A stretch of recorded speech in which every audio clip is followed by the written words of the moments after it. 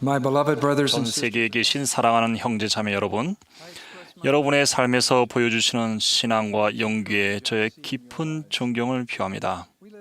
우리는 매우 경이적인 시대에 살고 있지만 또한 어려움이 많은 시대이기도 합니다. 주님께서는 그분께 돌아가려는 우리의 노력을 결코 홀로 내버려 두시지 않으십니다. 다가오는 위험을 알리시는 주님의 경고에 귀를 기울입시다. 주의하라, 깨어있으라. 너희가 속임을 당하지 않도록 조심하라. 살피고 조심하라. 세상적인 영향력에서 안전한 사람은 없습니다. 주님의 권고는 우리를 보호합니다. 여러분은 예수님이 가버나움을 겪으신 일을 잘 기억하실 것입니다. 많은 사람들이 그를 하나님의 아들이라는 것을 알지 못했고 받아들이지 않았습니다. 그때부터 그의 제자 중에 많은 사람이 다시 그와 함께 다니지 아니하였습니다. 예수님이 12자에게 물으셨습니다. 너희도 가려느냐? 저는 속으로 그 질문에 대해 수차례 걸쳐 답하길 절대 그렇지 않습니다. 저는 아닙니다. 결코 떠나지 않겠습니다. 여러분도 같은 대답을 하실 것입니다. 하지만 너희도 가려느냐 하는 질문을 들으면 우리의 약점이 떠오릅니다. 삶은 영적인 소풍이 아닙니다. 우리는 우리 스스로에게 주님, 제가 아니지요?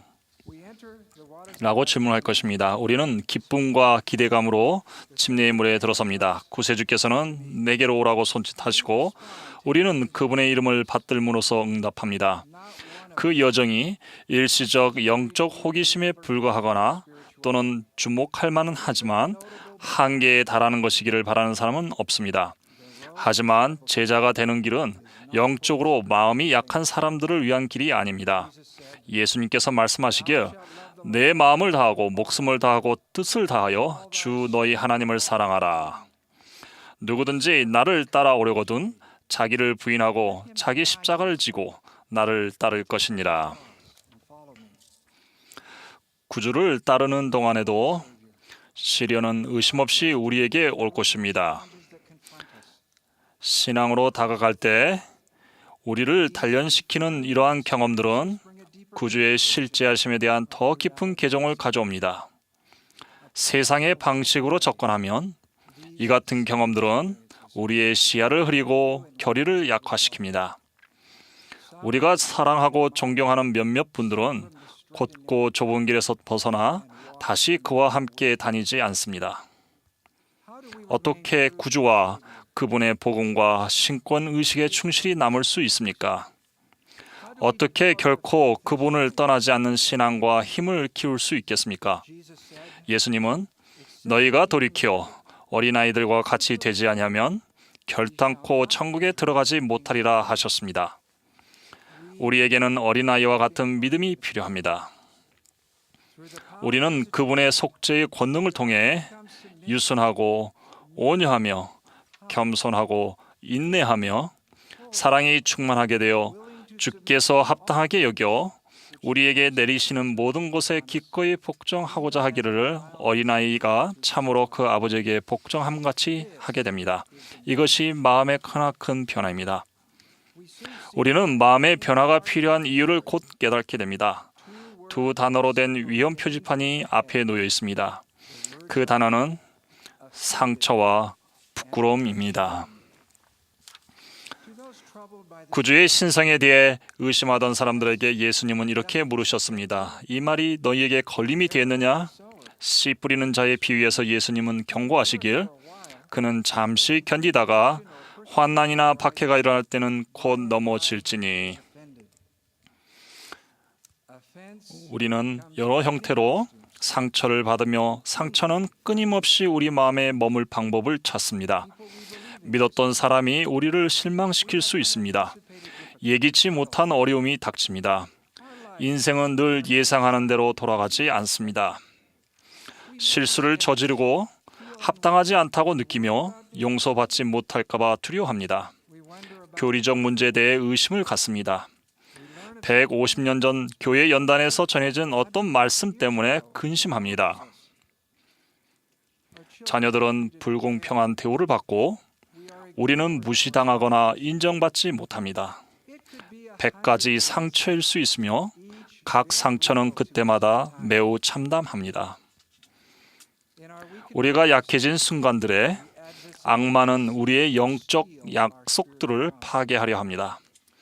주의하지 않으면 어린아이처럼 상처 입은 영혼, 따뜻하고 치유력이 있는 구주의 빛을 떠나 전에 지녔던 차갑고 어두운 확고한 자아라는 껍질 속으로 다시 들어갑니다. 1835년에 팔리 피 프렛은 불공정한 재판을 받아 그와 가족들이 당혹감과 수치심을 느꼈을 때 선지자 조셉 스미스는 이렇게 권고했습니다. 팔리, 개념치 마세요. 전능하신 하나님께서 형제님과 함께 하실 거예요. 또 하나의 예입니다. 1830년 유명한 의사였던 프레드릭 G. 윌리엄스는 침례를 받았습니다. 그는 곧바로 재산과 재능을 교회에 바쳤습니다. 그는 교회의 지도자가 되었습니다. 1837년 어려운 시기가 닥쳤을 때 프레드릭 G. 윌리엄스는 심각한 잘못을 저질렀습니다. 주님께서는 한 계시에서 이렇게 선언하셨습니다. 그가 저지른 범법으로 말미암아 그는 자신이 받은 교회 지도자 자리를 박탈당하였노라. 우리가 프레드릭 G. 윌리엄스에게 배우는 아름다운 교훈은 그에게 어떤 개인적인 약점이 있었던 간에 그는 비통함에 빠질 만한 상황에서 주님과 선지자와 교회에 대한 충성심을 새로이 할 수 있는 강인한 성품을 지녔다는 것입니다. 1840년 봄에 그는 연차 대회에 나타나 자신이 과거에 저지른 잘못에 대해 겸손하게 용서를 구했으며 앞으로 하나님 뜻대로 행하겠다는 의지를 표명했습니다. 하이람 스미스는 그 문제를 검토했으며 스스럼 없이 그를 용서했습니다. 그는 충실한 교회 회원으로서 생을 마감했습니다. 저는 최근에 브라질 해시피 성전 회장인 프레드릭 G. 윌리엄스라는 분을 만났습니다. 그는 자신의 고조부가 내린 결단력으로 그분의 가족들과 수백 명에 달하는 자손들이 얼마나 큰 축복을 받았는지를 저희에게 들려주었습니다. 상처에는 부끄러움이라는 파괴적인 감정이 수반합니다. 몰몬경에서 우리는 리하이가 본 생명나무 시온에 대해 배울 수 있습니다. 이 시온에는 세막대를 꼭 붙은 채 밀고 나아가 어둠의 안개를 지나 나무의 열매에 도달해 그 열매를 먹은 고귀한 영혼들이 나옵니다. 니파이는 이 나무를 하나님의 사랑이라고 설명했으며 그 나무의 열매는 영혼을 심히 큰 기쁨으로 가득 채워 주었습니다. 열매를 맛본 후 니파이는 크고 넓은 건물 하나를 보았는데 그 건물은 사람들, 곧 늙은이와 젊은이, 남자와 여자들로 가득 차 있었으며 저들의 옷차림은 심히 훌륭하였고 늙은이와 젊은이 그 모두가 열매를 먹고 있는 자들을 향하여 멸시하는 손가락질을 하고 조롱하였습니다. 천사는 조롱과 멸시와 멸시하는 손가락질이 세상의 교만과 지혜를 뜻한다고 설명했습니다. 니파이는 다음과 같이 명백하게 선언했습니다. 우리는 그들에게 주의를 기울이지 아니하였습니다. 안타깝게도 용기가 흔들린 사람도 있었습니다. 경전에는 이렇게 나옵니다. 그들이 열매를 맛본 후 그들을 비웃는 자들로 인하여 부끄러워하였더니 금단의 길로 떨어져 나아가서는 잃어버린 자가 되었더라.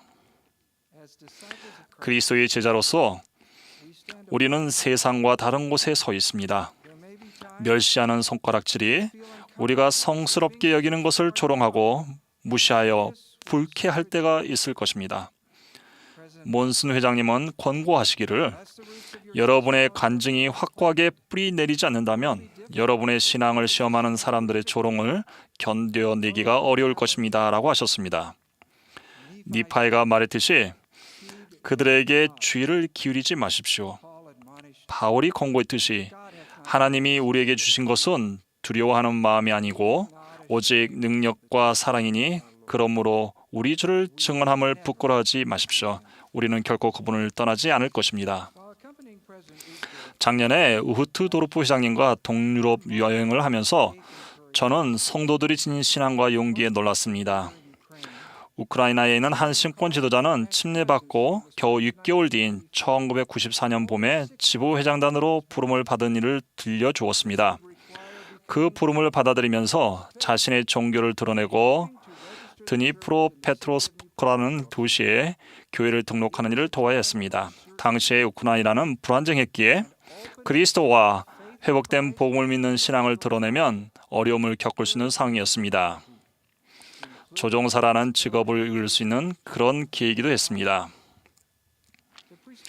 그 신권 지도자가 말씀하시기를 저는 기도에 기도를 거듭했습니다. 제겐 간증이 있었고 성약을 맺었습니다. 주님께서 제게 무엇을 원하신지를 알았습니다. 그와 그의 아내는 용기 있게 신앙으로 나아가며 예수 그리스도의 복음을 부끄러워하지 않았습니다. 어떤 이들은 이렇게 묻습니다. 다른 사람과 그렇게 많이 달라야 합니까? 제 행동에 크게 주의를 기울이지 않으면 그리스도의 제자가 될 수 없습니까? 순결의 법을 지키지 않으면서 그리스도를 사랑할 수는 없습니까? 그분을 사랑하면서 일요일에 제가 원하는 일을 할 수 없습니까? 예수님은 단순히 답하시기를 너희가 나를 사랑하면 나의 계명을 지키라 하셨습니다. 어떤 이들은 이렇게 묻습니다.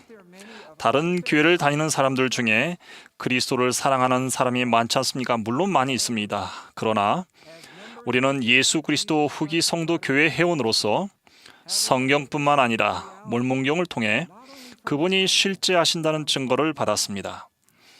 그분의 신권이 지상에 회복되었음을 알며 침례를 받고 성신의 은사를 받았습니다. 그분의 거룩한 성전에서 권능을 받았고 그분이 지상에 영화롭게 오실 날을 위해 준비하고 있습니다. 우리가 마땅히 되어야 할 모습과 아직 이러한 진리를 받지 못한 사람들의 모습을 비교할 수 없습니다. 많이 주어진 자에게는 많이 요구되기 때문입니다. 주님께서는 이렇게 말씀하셨습니다. 내가 스스로 택할 수 있나니 저는 상처를 받거나 부끄러움을 느끼지 않기로 결심한다면 주님의 사랑과 인정을 받을 것임을 약속드립니다. 여러분은 그분을 좀 더 닮아가고 있음을 깨닫게 될 것입니다. 우리가 모든 것을 이해하게 될까요? 물론 아닙니다. 우리는 훗날 이해하게 될 문제들은 그대로 남겨둘 것입니다. 모든 것이 공평할까요? 그렇지 않을 것입니다. 우리가 고칠 수 없는 부분들을 받아들이고 상처 준 사람들을 용서할 것입니다. 때때로 주위 사람에게서 소외감을 느낄까요? 물론입니다. 몇몇 사람이 주님의 교회에 대해 화를 내고 약한 자의 흔들리는 신앙을 파괴하기 위해 노력하는 모습을 보고 놀라게 될까요? 그럴 것입니다. 하지만 이것은 교회의 성장이나 운명을 가로막지 못할 것이며 주 예수 그리스도의 제자인 우리 각자가 영적으로 성장하는 데 방해가 되지도 못할 것입니다. 저는 다음 찬송가 가사를 아주 좋아합니다. 구원 얻으려고 품에 안긴 영혼 저희 원수에게 내주지 않으리 온 지옥 떨며 떨어뜨려 하나 저들을 버리지 아니하리라. 이 생에서 온전해질 수는 없지만 우리 주 예수 그리스도를 믿는 신앙을 행사하고 우리의 성약을 지킵니다. 몬슨 회장님은 약속하시기를 여러분의 간증이 지속적인 자양분을 얻는다면 그것은 여러분을 안전하게 지켜줄 것입니다. 매일 경전에 있는 그리스도의 말씀을 흡족히 취하여 영적 뿌리를 깊숙이 내립니다. 살아있는 선지자의 말씀을 신뢰합니다.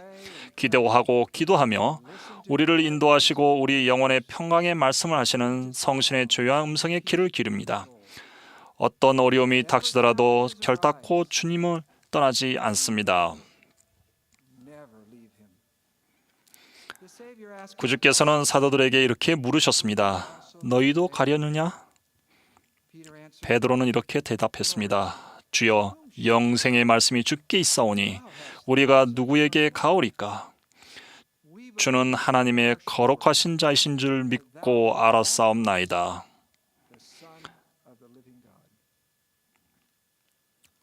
저도 그 사실을 알고 있음을 간증드립니다. 예수 그리스도 이름으로 말씀드립니다. 아멘.